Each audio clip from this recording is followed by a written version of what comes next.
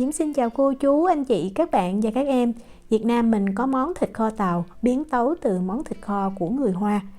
Vậy công thức thịt kho chuẩn của người Hoa thì như thế nào? Hôm nay Diễm chia sẻ công thức thịt hồng xíu là cách kho của người Hoa. Thịt kho lên nó miếng mỡ nó trong nè, thấm gia vị, mềm và thơm, thiệt là thơm luôn. Cách làm cũng không quá khó đâu, mình chỉ cần lưu ý một vài điểm thì sẽ có thịt kho thiệt là ngon. Bây giờ mình cùng vào bếp kho thịt với Diễm nha. Để làm thịt kho này thì mình cần thịt ba rọi hay là thịt ba chỉ. Mình nên lựa cái miếng thịt mà nó chắc ha, cái phần mỡ và phần thịt nó đều với nhau, không có cái phần thịt riêng. Tại vì cái phần thịt riêng nó dư ra mình kho nó dễ bị tách ra khỏi cái miếng thịt, nhìn nó không có được đẹp. Thịt này mình đừng rửa ha. Bây giờ mình sẽ khứa cái miếng thịt ra. Tùy mình thích cái miếng thịt to hay nhỏ, mình sẽ khứa làm sao để tí xíu nữa mình sẽ cắt nó ra cho dễ dàng thôi. Đó, Diễm khứa ra như vậy. Rồi mình mang cái miếng thịt này mình đi hấp nha. Diễm cho vào cái sửng nè. Cái miếng thịt này nó hơi to, vì vậy Diễm phải chỉnh lại tí xíu.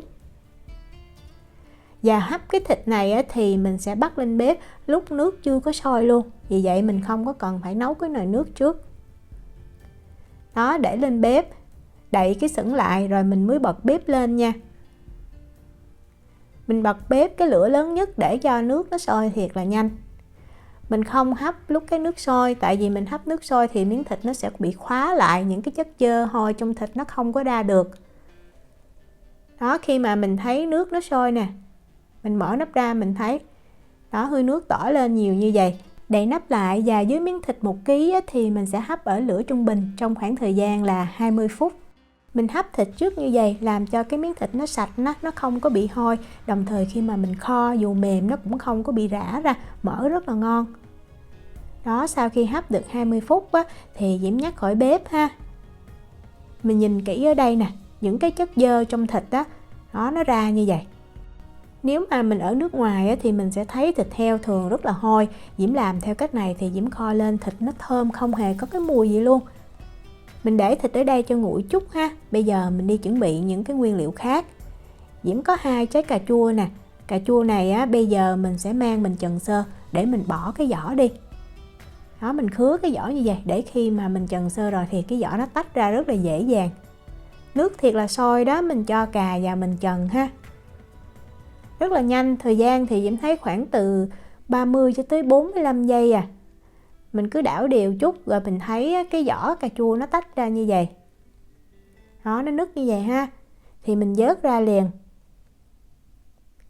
Mình chuẩn bị sẵn một cái thau nước lạnh nha. Vừa vớt cà chua ra thì mình sẽ cho cà chua này vào trong cái thau nước lạnh. Đó, như vậy để cho ngắt nhiệt liền. Đồng thời mình cắt liền cà chua nó không có bị nóng. Đó, mình gỡ cái vỏ ra, dễ dàng lắm. Sau khi gỡ cái vỏ ra rồi thì mình cắt cái cà chua này làm đôi. Và mình sẽ bỏ cái phần hạt ở bên trong cà luôn nha. Mình chỉ lấy cái thịt cà thôi. Rồi mình cắt cà thành những cái miếng nhỏ. Kho thịt thì mình nghe có cà chua hơi lạ, nhưng mà thật ra cà chua sẽ giúp cho cái miếng thịt nó mềm mà nó không có bị khô. Đồng thời cái nước thịt nó sẽ sánh lại rất là ngon. Sau khi cắt cà xong thì Diễm cân lại 80 gram cho cái công thức này. Rồi mình để ở đây. Tiếp theo thì Diễm có 20 gram đường thốt nốt. Nếu mà mình không có đường thốt nốt thì mình dùng đường cát bình thường cũng được. Đường thốt nốt thì làm cho cái thịt kho nó sẽ thơm hơn và nó ngọt thanh. Mình chuẩn bị sẵn 1 lít nước để ở đây nha, để khi mà cái nước đường mình thắng cái màu đạt thì mình cho vào liền. Lấy một cái nồi to chút nha, Diễm cho đường thốt nốt vào. Tiếp theo là 1/2 muỗng canh dầu ăn. Rồi mình bật bếp lên, mình để cái lửa lớn nha, cho đường nó tan. Khi đường tan rồi thì mình khuấy đều. Nếu mà chưa quen thì mình hạ xuống lửa trung bình. Mình đợi cho cái đường nó chuyển sang cái màu cánh gián như vậy. Nước mình luôn chuẩn bị sẵn nha. Đó, khi mình thấy cái màu nó vừa chuyển nâu là mình cho nước vào liền. Cẩn thận, lúc này rất là nóng.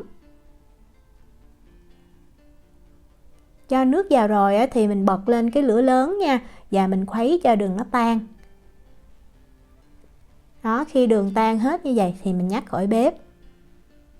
Và để cho cái màu thịt nó đẹp nó hấp dẫn hơn mình cho thêm tí xíu màu. Cái này là tùy mình chọn nha.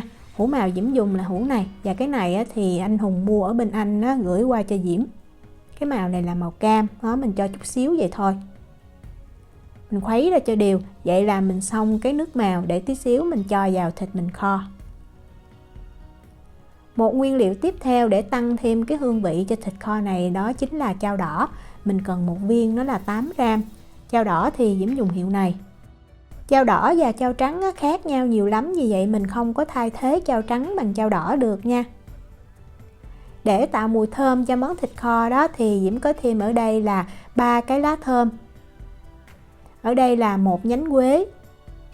Và tiếp theo là 2 cái hoa hồi. Mình chuẩn bị sẵn như vậy luôn.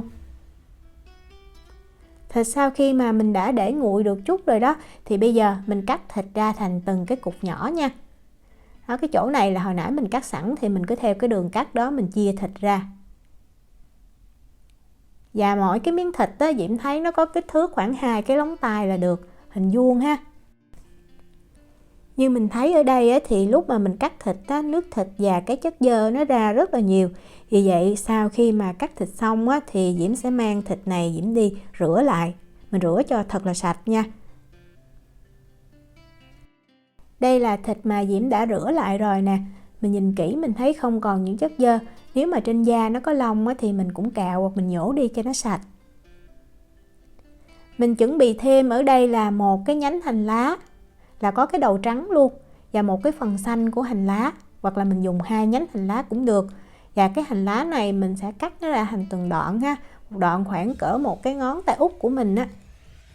Kho thịt thì không thể nào thiếu hành tỏi, thì Diễm có thêm ở đây là 30g hành tím. Tiếp theo là 20g tỏi và 20g gừng. Gừng á, thì mình cắt lát ra như vậy. Còn hành và tỏi đó thì mình sẽ đập dập ra.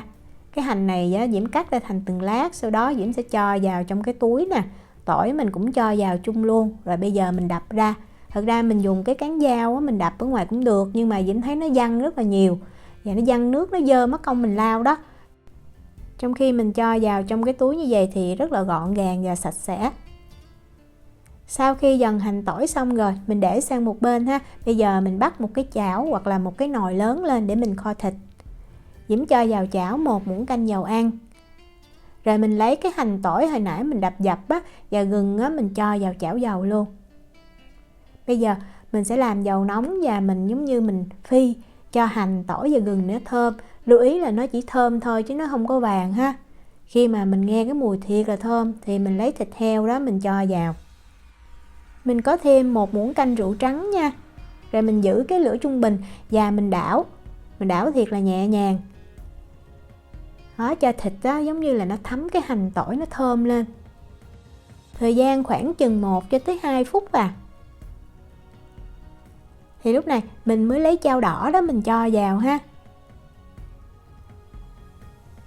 Tiếp theo mình sẽ cho cà chua luôn là 80g thịt cà chua đó. Rồi bây giờ mình cũng giữ cái lửa trung bình, rồi mình cũng đảo nhẹ. Mình đảo cho tới khi mình thấy cà chua nó mềm nhừ ra và chao nó cũng tan á. Lúc này á, mình sẽ thấy cái mùi nó đã thơm rồi, rất là đặc biệt luôn.